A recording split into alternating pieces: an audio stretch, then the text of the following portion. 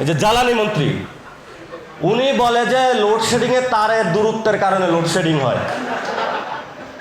তারপরে ওনাদের আরেকজন আছেন অর্থমন্ত্রী, অর্থমন্ত্রী হলো ইসলামী ব্যাংক দখল করতে গেছে।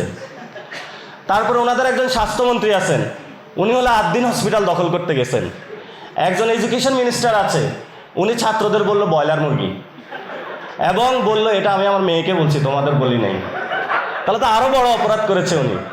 তো ওনাদের এই মিনিস্টার যারা আছে তাদের যদি আমরা গাল গল্প বলি, এগুলো হলো এরাই হলো তারেক রহমানের এই সুন্দর আই হ্যাভ এ প্ল্যান, যে এটা বেলুন ছিল, এই বেলুনকে হলো ফুটাইয়া দিছে।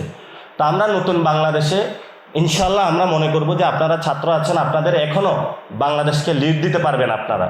ওনাদের উপরে ভবিষ্যতে ভরসা করে আর লাভ নাই। অনেকে একটু বুঝছিল যে না একটু দেখি, মনে হয় যায় লন্ডন যায় পরিবর্তন হয়েছে, কিন্তু সবাই বুঝা গেছে পরিবর্তন। এই যে জ্বালানি মন্ত্রী,